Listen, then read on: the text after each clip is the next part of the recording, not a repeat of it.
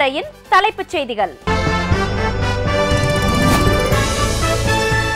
ரஜினியை இயக்கப் போகிறாரா வெற்றிமாறன்? பட வெளியீட்டை முறைப்படுத்தாததால் தடுமாறும் தமிழ் பட உலகம். வரி விலக்கு தர லஞ்சம் கேட்கப்படுவது உண்மைதான். பார்த்திபன் ஒப்புதல். இனி விரிவான செய்திகள்.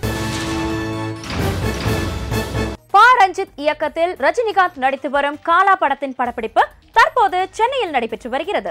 மும்பையிலும் சென்னையிலும் காலா படத்தின் படப்பிடிப்பு தளத்தில் பலமுறை ரஜினியை சந்தித்து பேசியுள்ளார் பல தேசிய விருதுகளை வென்ற இயக்குனர் வெற்றிமாறன். அந்த சந்திப்பின் போது வெற்றிமாறன் ரஜினிக்கு சில கதைகளையும் சொன்னதாக தெரிகிறது. அந்த செய்தியை அடிப்படையாக கொண்டு வெற்றிமாறன் இயக்கத்தில் ரஜினி நடிக்கப் போவதாகவும் அதை தனுஷ் தயாரிக்கப் போவதாகவும் செய்திகள் வெளிவர தொடங்கியுள்ளன.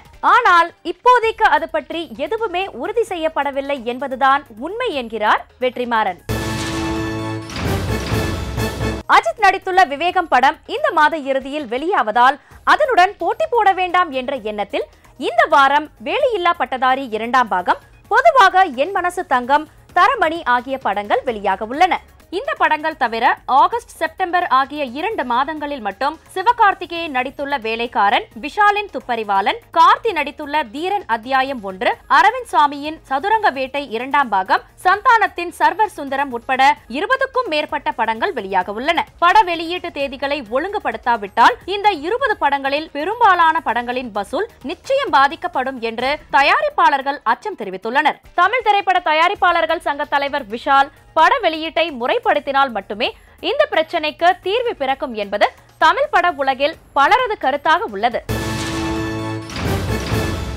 திரைத்துறையில் படங்களுக்கு வரி விலக்கு பெறுவதற்கு லஞ்சம் அளிக்க வேண்டிய சூழல் நிலவுவது உண்மைதான் என்கிறார் நடிகர் பார்த்திபன். உதயநிதி நடித்துள்ள பொதுவாக என் மனசு தங்கம் படத்தின் பாடல்கள் மற்றும் முன்னோட்ட காட்சி வெளியீடு நிகழ்ச்சியில் கலந்து கொண்டு பேசிய பார்த்திபன், திரைப்படங்களுக்கு வரி விலக்கு பெறுவதற்காக லஞ்சம் கொடுக்க வேண்டிய சூழல் நிலவுவது உண்மைதான். நானும் அது போன்ற சூழ்நிலைகளை எதிர்கொண்டிருக்கிறேன். இது உடனடியாக களையப்பட வேண்டும் என்று பேசினார். ரஜினி கமல் அரசியல் தொடர்பாக பேசுவது பணத்திற்காக, சுய லாபத்திற்காக என்று சிலர் கூறி வருகின்றனர். இது முற்றிலும் தவறான கருத்து. அரசியலுக்கு வந்துதான் சம்பாதிக்க வேண்டும் என்ற நிலையில் அவர்கள் இருவரும் இல்லை என்றும் அவ்விழாவில் பேசியுள்ளார் பார்த்திபன். பாகுபலி பட நாயகன் பிரபாஸ், நாயகி அனுஷ்கா இருவரும் காதலித்து வருவதாகவும் விரைவில் திருமணம் செய்து கொள்ள இருப்பதாகவும் வெளியாகும் செய்திகளுக்கு இதுவரை பதில் அளிக்காத நாயகன் பிரபாஸ் தற்போது அதை திடமாக மறுத்திருக்கிறார். தற்போது திருமணம் குறித்து நான் நினைத்து கூட பார்க்கவில்லை. ஆனால் ஊடகங்கள் என்னையும் அனுஷ்காவையும் இணைத்து தொடர்ந்து செய்திகளை வெளியிட்டு வருகின்றன. அதில் எல்லளவும் உண்மையில்லை. முதலில் இது போன்ற செய்திகள் வந்தால் நான் மனம் வருந்துவேன். இப்போது அது பழகிவிட்டது. 2 படங்களில் இணைந்து நடித்தால் காதலிப்பதாக செய்திகள் வெளியிடுவதை பல பத்திரிகையாளர்கள் வழக்கமாக வைத்துள்ளனர் என்கிறார் பிரபாஸ். அட்லி இயக்கத்தில் விஜய் நடித்திருக்கும் மெர்சல் படத்தின் படப்பிடிப்பு முடியும் தருவாயில் உள்ளது.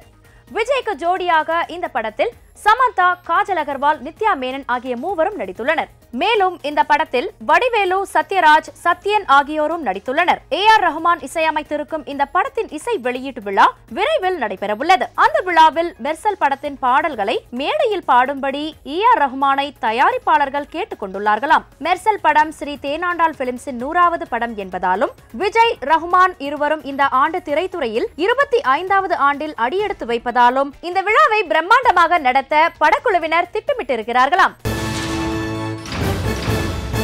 கமல் நடித்த விஸ்வரூபம் உட்பட சில தமிழ் படங்களிலும் ஏராளமான மலையாள படங்களிலும் நடித்திருப்பவர் பூஜா குமார்.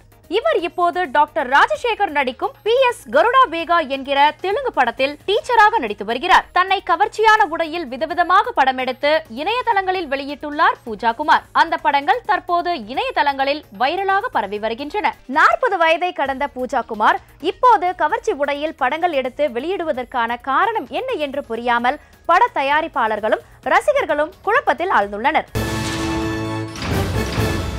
கண்களால் கைது செய் படத்தில் பாரதி ராஜாவால் அறிமுகப்படுத்தப்பட்ட பிரியாமணி தமிழ், தெலுங்கு, மலையாளம், கன்னடம் ஆகிய மொழிகளில் பல படங்களில் நடித்துள்ளார். இப்போது பட வாய்ப்புகள் இல்லாததால் திருமணம் செய்து கொள்ள முடிவெடுத்துள்ள பிரியாமணி கடந்த சில ஆண்டுகளாக காதலித்து வந்த முஸ்தபா ராஜை வரும் 23ஆம் தேதி பதிவு திருமணம் செய்து கொள்ள இருக்கிறார். அவரது திருமண வரவேற்பு நிகழ்ச்சி வரும் 24ஆம் தேதி பெங்களூரில் பிரம்மாண்டமாக நடைபெற உள்ளது. திருமண வரவேற்பிற்கு திரையுலகினர் பலரையும் அழைத்துள்ள பிரியாமணி திருமணத்திற்கு பிறகும் தொடர்ந்து நடிக்க முடிவெடுத்துள்ளாராம்.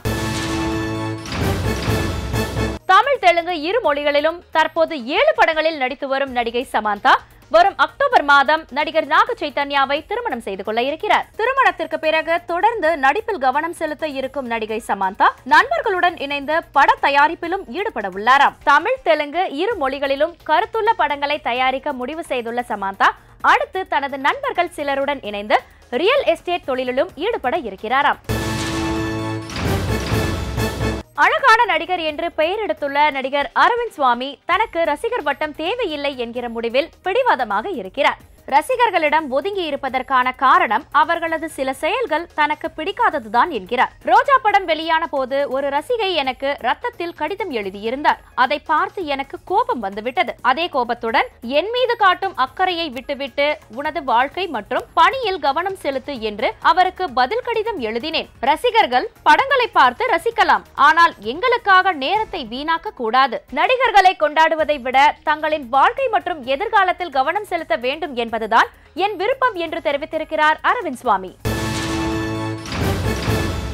சந்தீப் கிஷன், லாவண்யா திரிபாதி, டேனியல் பாலாஜி, ஜாக்கி ஷ்ராஃப் உள்ளிட்ட பலர் நடித்துள்ள மாயவன் படத்தை தயாரித்து இயக்கியுள்ளார் சி.வி. குமார். ஜிப்ரான் இசையில் உருவாகியுள்ள மாயவன் படத்தில் மொத்தமாக 1000க்கும் அதிகமான இடங்களில் கிராபிக்ஸ் காட்சிகள் இருக்கின்றன. அதற்கு பெரும் தொகையை செலவு செய்துள்ளோம். எனது இயக்கத்தில் வரும் முதல் படம் மாயவன் என்பதால் அதில் யாரும் எந்த குறையும் சொல்லிவிடக் கூடாது என்ற எண்ணத்தில் மிகுந்த கவனத்தோடு பணியாற்றி உள்ளோம் என்கிறார் சி.வி. குமார். தண்ணீருக்கு அடியில் விமான நிலையம், சாலைகள், காவல்துறை அலுவலகம் என மொத்தமாக சுமார் 70 இடங்களில் இந்த படத்தின் படப்பிடிப்பு நடத்தியுள்ளோம். ஆகஸ்ட் மாதம் 11ஆம் தேதி இந்த படத்தின் ட்ரெய்லர் வெளியாக உள்ளது என்றும் தெரிவித்துள்ளார் சி.வி. குமார்.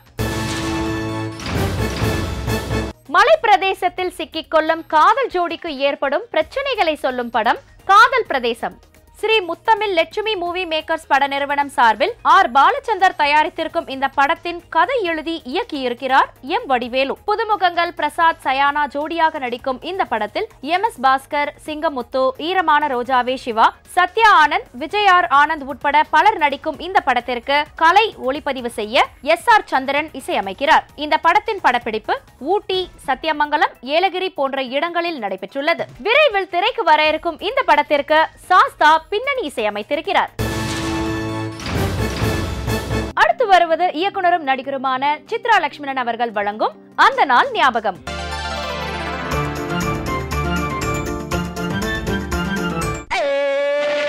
நாடோடி போக வேண்டும் ஓடோடி வாயாடி போக வைப்பும் போராடி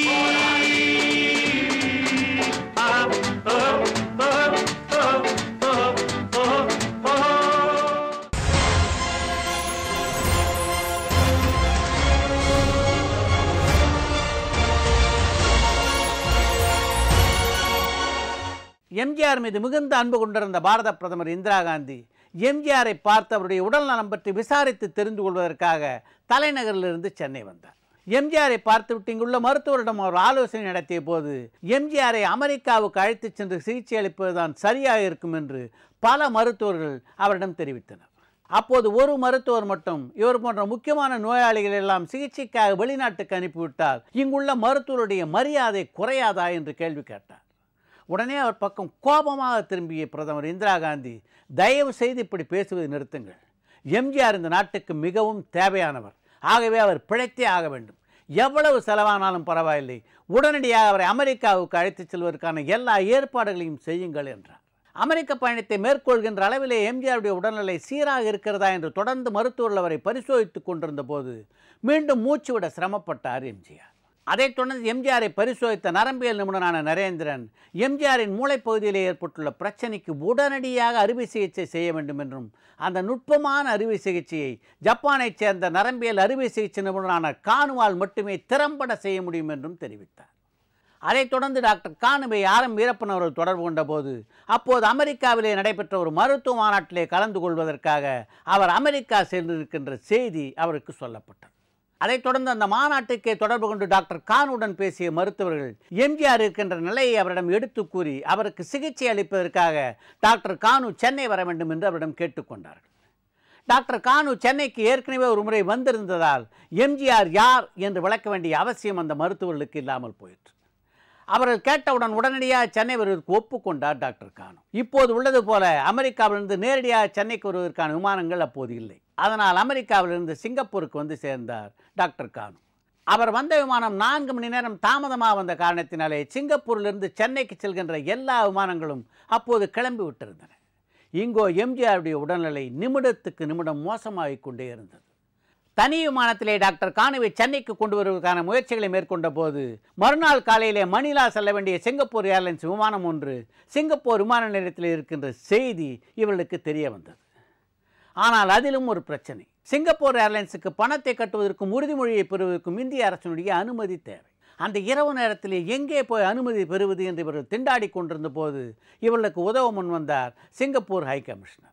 சிங்கப்பூர் ஏர்லைன்ஸுக்கு கட்ட வேண்டிய கட்டணத்துக்கு தானே பொறுப்பேற்றுக் கொண்டு டாக்டர் கானு விமானத்திலே ஏற்றி அனுப்பி வைத்தார் அவர். சிங்கப்பூரிலே 4 மணிக்கு புறப்பட்ட அந்த விமானம் சரியாக 6:30 மணிக்கு சென்னை வந்து சேர்ந்தது. விமான நிலையத்திலிருந்து நேராக மருத்துவமனைக்கு வந்தார் டாக்டர் கானு. டாக்டர் கானு பரிசோதித்த போது மூச்சு விடுவதற்கு மிகவும் சிரமப்பட்டு கொண்டிருந்தார் எம்ஜிஆர். உடனடியாக எம்ஜிஆருக்கு தரப்பட்டு கொண்டிருந்த ஆக்சிஜனுடைய அளவை அதிகரிக்க சொன்ன டாக்டர் கானு தான் கையோடு கொண்டு வந்திருந்த சில மாத்திரைகளை எம்ஜிஆருக்கு கொடுத்தார். அதற்கு பின்னர் மூச்சு விடுதலே கொஞ்சம் சிரமம் குறைந்து சகஜமான நிலைக்கு திரும்பினார் எம்ஜிஆர். தொடர்ந்து அவரை பரிசோதித்த டாக்டர் கானு எம்ஜிஆருடைய உடல்நிலையிலே லேசாக முன்னேற்றம் இருந்த போதிலும் அவரை அமெரிக்காவுக்கு கொண்டு போய் சிகிச்சை அளிப்பதுதான் சரியாக இருக்கும் என்று அமெரிக்க டாக்டர்கள் என்ன சொன்னாரோ அதே கருத்தை மீண்டும் வலியுறுத்தினார்.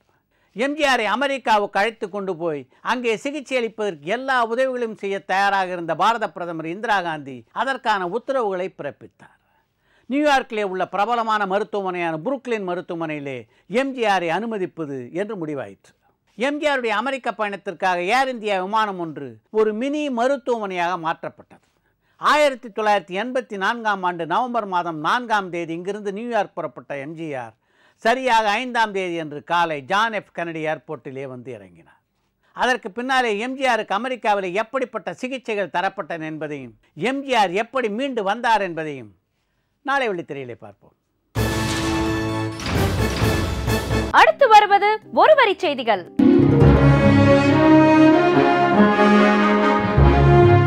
BMW 7 ரக கார் ஒன்றை வாங்கி இருக்கிறார் நடிகர் விஜய் சேதுபதி. கன்னட நடிகர் சுதீப் ஹாலிவுட் படத்தில் நடிக்க இருக்கிறாராம். எனக்கு படம் இயக்கும் எண்ணமில்லை என்கிறார் நடிகர் உதயநிதி ஸ்டாலின். மலையாளத்தில் தான் இயக்கிய பெருச்சாளி படத்தை தமிழில் இயக்க இருக்கிறார் அருண் வைத்தியநாதன். விஷால் நடித்திருக்கும் துப்பறிவாளன் படத்தில் வில்லியாக நடித்திருக்கிறார் நடிகை ஆண்ட்ரியா. ஓவியாவை பற்றி வதந்திகள் பரப்புவதை நிறுத்துங்கள் என்கிறார் நடிகர் சித்தார்த். நண்பர்களுடன் சேர்ந்து கைத்தறி நிறுவனம் ஒன்றை தொடங்கி இருக்கிறார் நடிகை சமந்தா. நாகார்ஜுனாவுடன் கார்த்தி நடித்த தோழா படம் தி அப்சைட் என்கிற பெயரில் ஆங்கில நடிகர்கள் நடிக்க ஹாலிவுட்டில் படமாகிறது. ஜி ஸ்பாட் என்கிற வெப் சீரியலில் நடிக்கிறார் நடிகை ஐஸ்வர்யா ராஜேஷ். நல்ல கதைகள் அமைந்தால் மட்டுமே தமிழில் நடிப்பேன் என்கிறார் நடிகர் துல்கர் சல்மான். அடுத்து வருவது ரகசியம்.